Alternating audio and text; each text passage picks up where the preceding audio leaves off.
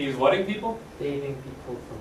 Whenever he conquers a new territory, remember he's fighting for France, so he's not conquering France yet. He's conquering other countries, or kingdoms, principalities. And wherever he goes, when he conquers, what he's doing is taking power from the privileged, the upper small minority. But the people themselves, he is setting free. How? I just said it. You don't have to pay tithes to your church anymore. The church has to pay taxes now. You are no longer property of your landlord. You are no longer a serf. You're free. You have rights. So Napoleon is taking all of these things from the Enlightenment in France and spreading them across Europe. Napoleon is the germs of the sneeze. He's going out and conquering other traditional, feudal, medieval kingdoms, and he is bringing in Enlightenment ideas to the majority of the people as he goes. Now here's a pretty funny one. He had a horrible time in Egypt. He lost a huge battle to a British guy, Admiral Nelson. Nelson or Wellington? Nelson.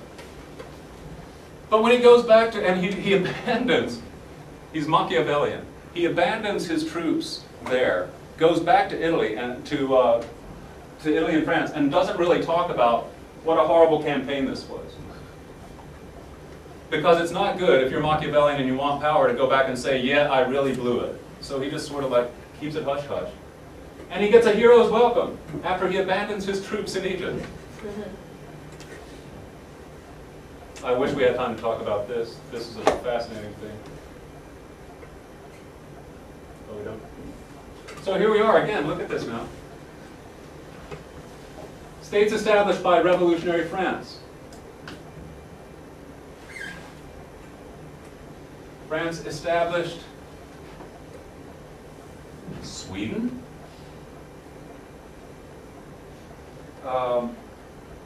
These areas of northern Italy that Napoleon got. And again, who are their enemies? There, Prussia up here, Austria, and Italy until Napoleon conquered it. So Napoleon's coup d'etat, I've already talked about that. And he proclaims himself emperor. Napoleon was a student of history. He was enlightened. He did read. He was very educated. He knew Greece. He knew Rome. He knew his history inside out. And he was very infatuated with Roman history particularly. And he declares himself emperor. Now, think about it. Charlemagne. When Charlemagne was made the emperor, who crowned him? The Pope. What do you think Napoleon's going to do? You think Napoleon is going to let the Pope say, okay, Napoleon, get on your knees in front of me. I will take the crown and put it on your head. I, the Pope, will make you emperor. You think Napoleon's going to fall for that? Everybody else did. Everybody else did.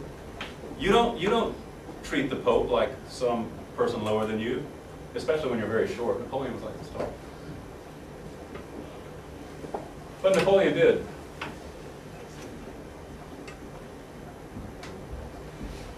I'm not going to get into the political stuff here. Come on. He establishes a bank in France. We're going to try to get this economy under control.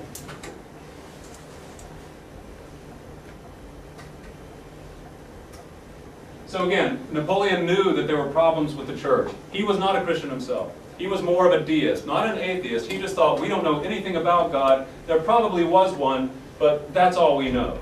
Because he knew about Newton's clockwork universe. But he also knew, you don't want to make the peasants hate the government, so let's use the church to keep the peasants happy, but also keep the church under our power. So he went he uses the church to prop up his government power. So he made a deal with the Pope. The Pope said, give us our church lands back. Napoleon said, no. No. But I will let you have some of your power back. And the Pope said, okay, I'll take the deal.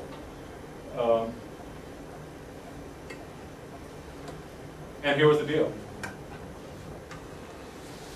Catholicism was declared the religion of the majority of Frenchmen, which it was.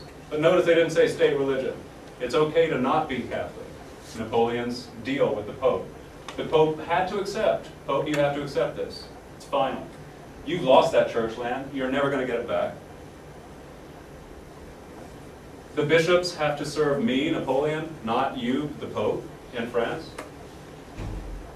And Pope Pius VII finally rejected this concordat, and what does Napoleon do? Arrests the Pope and brings him to France.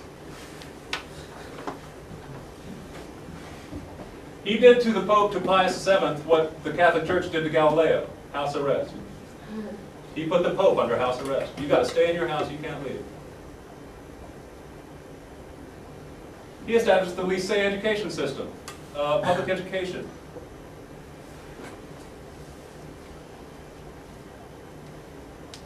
And the city of Paris is the city of Paris because of the buildings that Napoleon built during his empire.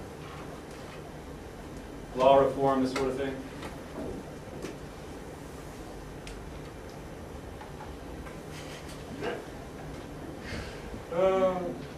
Propaganda. You could write about this picture forever. The new Adam.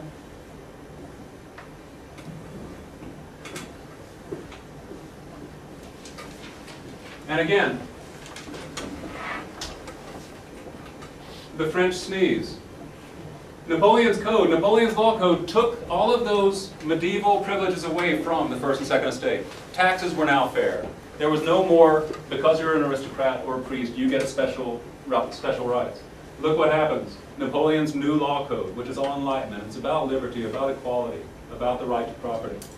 It goes into the new world, and people start adapting it. Also in Europe, too. Italy takes the Napoleonic Code, Netherlands, Belgium, Poland. So these new modern laws are starting to spread across Europe as Napoleon conquers Europe. How did America get Louisiana? Napoleon was so in need of money to fight his European wars. France had taken all of this territory, not just Louisiana, the Louisiana territory. France had taken all of it. Thomas Jefferson made a deal with Napoleon. You need money. France isn't doing anything with this land. I'll buy it from you for the United States. You can use the money to fight your wars. It was for a song. $15 million. America bought all of this. $15 million. Today that's a nice mansion. Napoleon bought all of that. The U.S. bought all of that from Napoleon and doubled its territory.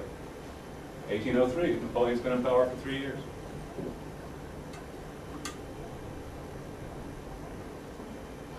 The love affair, Napoleon and Josephine wrote love letters to each other that you can read.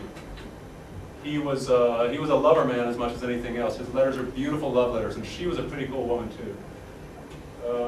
Not a bad bedroom. I've been there. Okay. What happens to Napoleon? He's exiled. He loses. It's on the PowerPoint. You know what? It's on the PowerPoint. It's in your reading. Know what happens to Napoleon. The end.